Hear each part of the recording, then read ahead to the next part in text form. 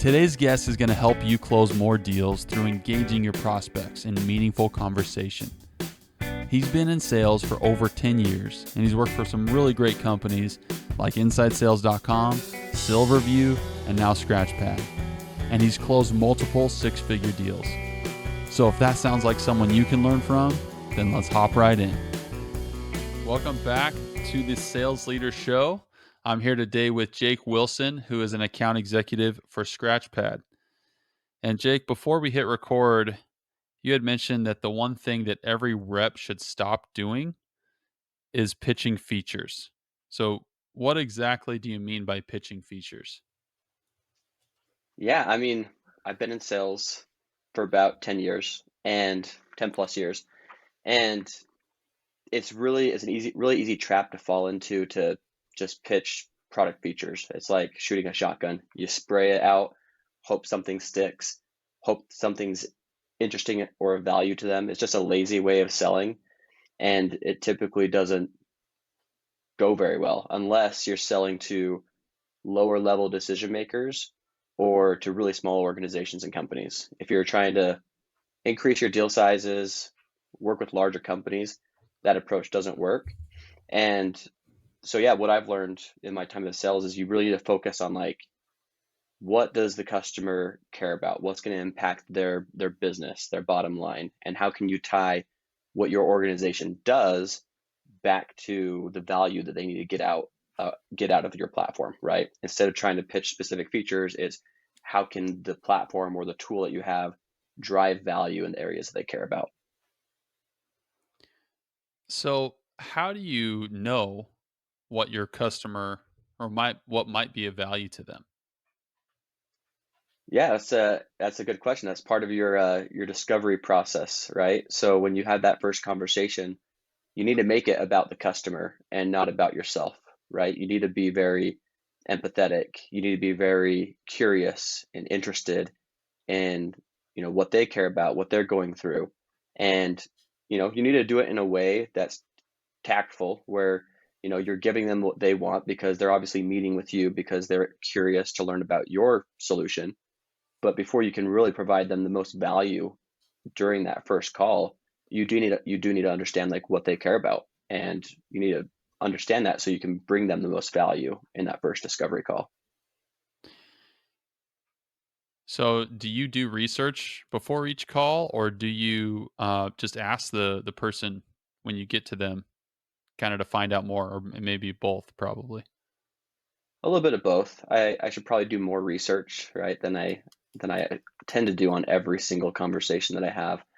Yeah. But the more research you can do, the more prepared you'll feel, and the better you can connect with that person, and the better that you can connect, and as soon as you can gain trust, that's when you can start asking like the difficult questions, or get them to open up with specific details that will help you know where you can bring value. If you don't have their trust and if they don't feel like they can tell you those things, it'll be really difficult to uncover that information that you need.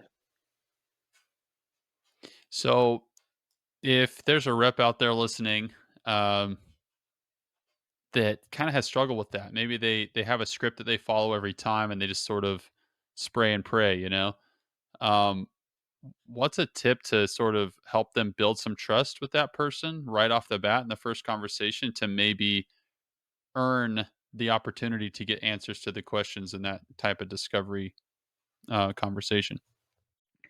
Yeah, I feel like a lot of salespeople sometimes they get a little too formal with the sales approach. Like you've got all these sales methodologies, you've got all these sales related books that you can read that kind of go through, hey, this is your sales process, this is what you're supposed to do, these are the steps. And like all that stuff is great. It can really help you and support you in like, gathering the right types of information or knowing what types of questions to ask. But at the same time, you need to be human when you're speaking with people and when you're having conversations. And if you're just going straight into business and straight into asking questions, they're not going to open up. They're not going to trust you. They don't really care. But if you can show that you care about them, um, be interested and curious, be human with them, I think you don't always just need to follow a script every single time and every single discovery call. Yeah, that's awesome advice. That's something that I certainly, um, I wish I'd known that earlier in my career because I sounded like a robot pretty much. So, Same, right? Yeah, yeah. exactly. I mean, I started off in a call center and literally you read the script because the call center was to go and ask people specific questions about their service appointment. And so then when you start there, you start getting into sales and you're like, oh, I need a script. I can read it word for word. And then it just doesn't work. Yeah, you gotta get past that, get past the scripts and just be human with them. And then use all of that information that you learned from, you know, podcasts or books or from your leaders to help support you in how to gather the right type of knowledge. So you say that sales reps, you think they should prospect more. And my question on that is, what do you think is holding sales reps back from doing more prospecting? Prospecting, I can't speak for everyone, but for a lot of the people that I know, there's, you know, steps that you take in your career. And a lot of people that get into sales, they'll start as an SMB seller or they might start as like a business development rep. And when you're in those roles, it's kind of expected that you're going to do a lot of cold calling, a lot of, appointment setting. And all of a sudden you get into mid-market or enterprise and you have resources that you never had before. You have business development reps that are supposed to be setting up meetings for you or, making those cold calls on your behalf. It can become really easy to lean on that and like not to want to make those phone calls because you just hope that someone else will do that for you because making cold calls sucks. Like nobody enjoys, and if there is someone that does enjoy it, they're a psychopath. But no one enjoys making cold calls. That's not like what we like doing. You get into sales because you like going through a discovery. You like, figuring out what pains that you can solve, and then you like positioning your product or your organization in a way that we're solving their pains and bringing value. And those are the fun conversations. But in my experience, the reps that I've seen that are really good at prospecting are the ones that have the most success. And this is another conversation, but prospecting can take multiple forms. It doesn't have to be that cold call. And so people that think of prospecting as just making cold calls are also probably not going to be our top performers. But there's so many different ways to prospect, whether that's asking for referrals from your customers you've already sold your product to. Those can be a great resource, and that can be a way of prospecting to build your own pipeline. Okay, so mix it up a bit. Don't just go for one, what would you call it? One channel to Yeah, find leads. exactly. I I saw a post a few years ago from you, and I can't remember exactly what it said, but it had something to do with the fact, or something about, you know, can someone connect me with the a certain executive in a company? I have a pair of shoes for them, or something like that. You had bought some sneakers, or so. I can't remember. Yeah, Do you know what I'm talking about? yeah, yeah. That was What a was that? that was a few years ago. I was just trying to get creative with my prospecting. This was around COVID, and people they stopped buying, right? They weren't taking meetings. They were really scared. They didn't want to purchase anything. And it was actually really hard to even get meetings at that time. But I had identified a company that I thought would be a really great fit. I had had conversations with leaders that were manager level, director level, that had expressed that there's a lot of pain that they thought that my solution could offer. And I just thought, well, who do I need to get in front of in order to, you know, have the conversation and talk to them about what pain they're experiencing and how my solution can help, resolve that pain. So I was able to get a name, and I was like, okay, well, if I email, the CRO or some C-level individual, they're not going to reply to me. If I send a text message or make a phone call, they're not going to answer me. They're too busy. So I was like, what is the best way that I could get a hold of this person or at least get his attention? Because my goal was just to go and do something outside of the ordinary so I could just make him pay attention to what was going on. So I'd actually saw someone do something similar with like a Traeger on LinkedIn. I was like, well, I don't have a Traeger to give away, but I do have a cool custom pair of my previous companies, like basketball shoes that were like LeBron basketball shoes. I'm like, I could do something similar and do a little giveaway, and maybe I could, you know, spark my network to tell this individual why he should take a meeting with me, and that would get his attention with enough people like at mentioning this individual where he just got a ton of LinkedIn, notifications about this post. So yeah, it was a fun way to prospect. It was definitely different. I haven't replicated it a ton of times, but again, doing things in a different way and having fun with it are definitely ways to get better at prospecting. That's awesome. So, um, if there's a rep right now, like that, yeah, again, they probably started their career doing 200 dials a day or 100 dials a day or something, and they're kind of maybe feeling burnt out from prospecting. Obviously recommend kind of using different channels and being creative with it. Do you have any other advice for them to help them, just get up the gumption to fill up their pipeline and take responsibility for that? Well, it doesn't take 200 or 100 dials a day anymore, right? That's how I kind of grew up in sales, right? Is I started with Yeah. the power dialer, making 250 calls a day, calling horrible leads. And when you're calling off of like a phone book, and there's not really any real qualification or reason that this person would be interested in your product, yeah, it might take 250 calls to set an appointment just because you're trying to spitball and guess who the right people are. But nowadays, you can kind of understand like who your target market who your target market is. You can understand the types of people you should be going after, develop a quick elevator pitch to, grab their attention. It shouldn't, I mean, and nowadays you've got tools like Zoom Info that can give you people's cell phone numbers. So the access to people is so much easier than it was before, that it doesn't take nearly as many dials to have the same types of results. So don't be scared because it's not going to take 200 calls a day. And I don't know. That's about it, I guess. Yeah, just do it, right? Just Just do it. just do it. Um, we had talked about that everyone is trying to contact the C-suite. Yep. And, you know, uh, it's kind of off topic, but you kind of mentioned just now that, it doesn't take 200 dials, right? So just get off your rump and start calling, right? But I'm curious, you kind of mentioned that you had a secret sauce. I'm going to call it that. You didn't use those words, but you have a secret sauce when it comes to getting a hold of those top level people that have, unbudgeted funds. So, what is your method for getting in touch with those people that maybe not everyone's using? Yeah. I think the first thing or the first thing as a salesperson is you just need to leave your ego at the door. Um, you're not the most important person at your company. You're not the most important person to your prospect. And you're definitely not the most important person to most C-level executives. So if you, as an account executive, are trying to prospect to someone in the C-suite, especially in an enterprise organization, you might be able to get a C-suite member at like a startup, right? Or a very small SMB organization, but mid-market, enterprise, they are never going to respond to one of your emails. You could create a cadence with 10 emails. You're not going to get a reply. You're just going to get unsubscribe. Um, they're not going to answer your phone because they're getting called by 100 other salespeople at other companies that are trying to sell to that same person. And don't text message them either because they're just gonna get pissed at you, right? If for the C-suite, especially if a sales rep is trying to text them.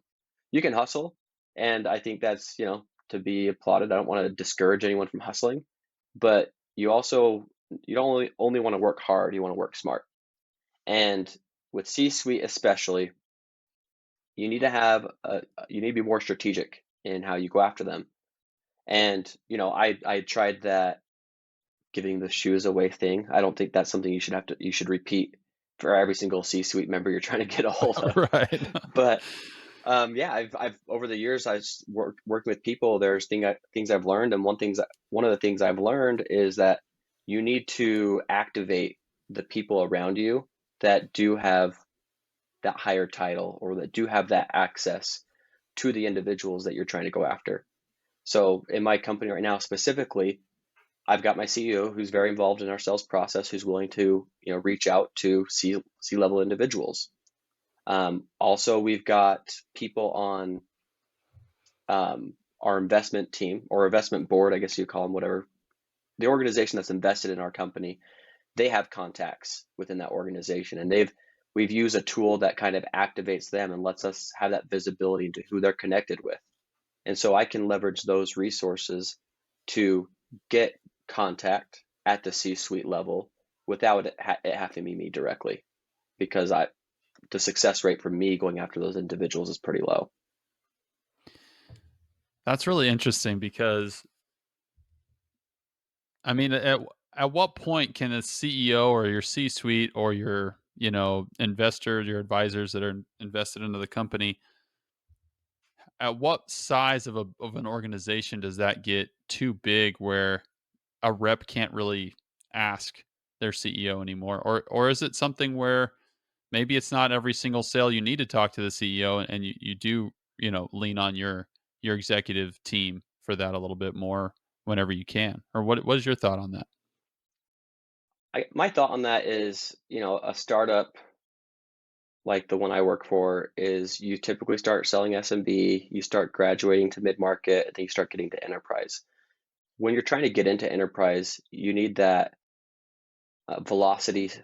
You need a high velocity sales for enterprise. Like you're trying to speed up deal cycles. You're trying to bring in these deals across the line, and especially early on, like you're going to have as much access and support as you need because the organization needs that growth, and they need to get in front of C-suite members that have access to unbudgeted funds, like you had mentioned, like we've talked about, and you're not a name brand in most cases, so they're not coming to you. So being proactive, that's kind of the best way. But I think as an organization grows and becomes larger and has more brand recognition and people understand the value that you bring without you having to proactively tell them, you start to get some more inbound, right? Traffic, I guess you could call it, because there's awareness. And you start to even create a larger network of people that you could access as well, where you're not just leaning on your C-suite or your investors. All of a sudden, if I sell a deal to Amazon, right, and I've got key stakeholders that we've presented value to and they've purchased, and I've got those contacts now and they've seen value and they've loved it. Maybe I'm trying to sell to Google and I just say, great. I don't know if Google and Amazon like each other, probably not. But anyways, if I were to say, hey, could you reach out to this person on my behalf and like let them know that you enjoyed working with us, they should look it out, or they should check it out. I don't know. That's a way that you could activate your network that's higher level than you are to get access to those types of individuals. So I think as you grow and build out your own personal network as well, Mm-hmm. that's how you can gain that access beyond just your C-suite or your investors. And you also talked about how you use other people within the company, like and someone you called them like their right hand man or their lieutenant, their top lieutenant in the business. That maybe if you can get them as your champion, you might be able to get access to that C suite. What's an example of, or how would that go if you're kind of going that route? Yeah, a lot of times as a sales rep, you can get a hold of VPs. You can get a hold of um, sales operations folks. And when you get a hold of them, you know, you can have a great conversation. They can really like what you have, but they've got 100 other priorities. And you're the new thing that's been put on their plate. You are not the number one priority.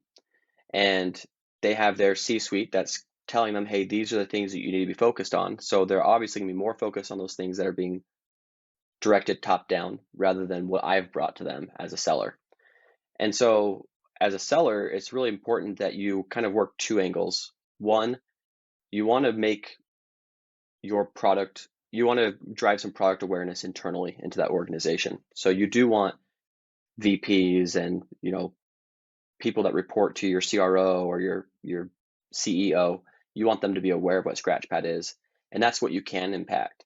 And then you want to leverage your outside network that can impact it from the top. Because if they can get access to the C-suite and the C-suite's like, yes, this is something we need to prioritize, they're going to go to their key lieutenant. They're going to go to that individual and say, hey, have you heard of Scratchpad? And all of a sudden, it's all going to connect here because you've already done that push from the bottom up. You've made people aware so that when their CEO comes to them or their CRO comes to them and says, "Are you aware of this specific product?" I work for Scratchpad, right? They'll be like, "Yeah, I know exactly what Scratchpad is." And so, or I've heard of Scratchpad. Yeah, let me look into them a little bit more. All of a sudden, it's a directive that's coming from the top down, and it gets bumped up on that list of priorities. Something that will get evaluated rather than glossed over and then told, "Hey, yeah, let's check this out in a quarter or two." Hmm. Is that what most of your pipeline looks like? Is deals like that where you are trying to strategically influence the CEO so that by the time you have your CEO or you're an executive member of your team reach out to them, or maybe you reach out to them, they already sort of are familiar with your brand? Is that the majority of what you're doing? Are those just sort of the top tier leads, or like is that your everyday, or is there something else that you do? It's a lot of effort to put in for like an SMB motion. I feel like those ones are, Yeah. you can get that direct access. It's a little easier to close things quickly and not have to, you know, be as strategic, I guess you could say.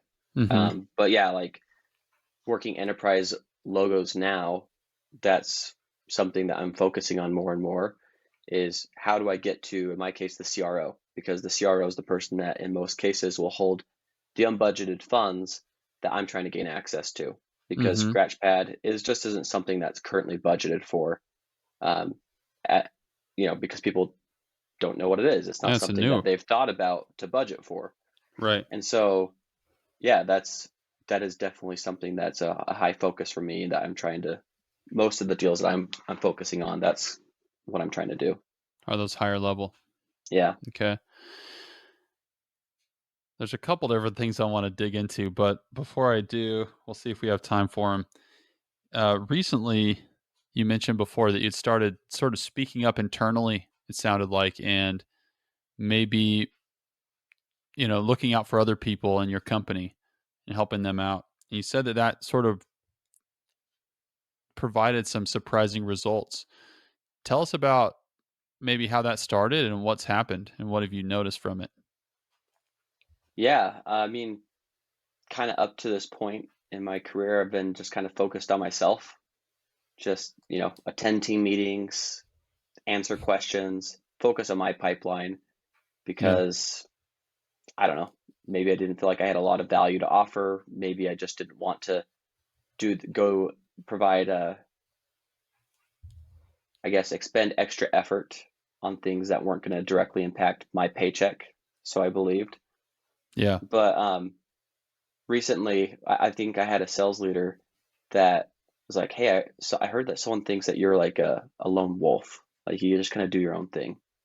I was like, "Oh, I don't really want to be seen as a lone wolf. Like I want to be a team player. Like I don't have anything against anybody else. I'm not trying to like, you know, make it so that people aren't performing. Like that's not my goal. I was just kind of just focused on myself. And so it was kind of a moment of realization like I should probably be a little bit better about sharing what I'm learning with my team, especially in a startup, because like if the team can do well and perform well, it lifts us all up, right? We all Hmm. do better. And so recently I've been trying to focus a lot more on like sharing my thoughts, my ideas, insights, going the extra mile to kind of share some of the content that I've created with the team so that we can all benefit from it.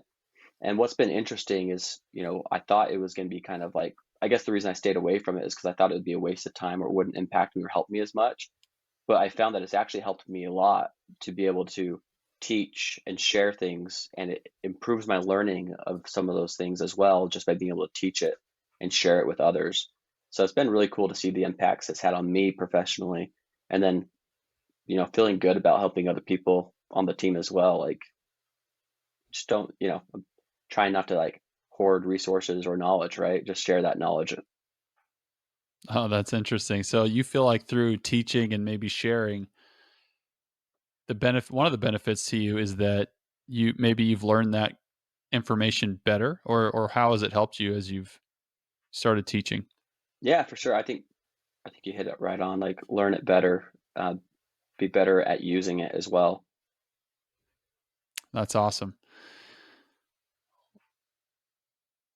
Well, honestly, I wanted to bring this part up because in our conversation we had before, you mentioned that s- uh, people are scared of calling cell phones or maybe even texting.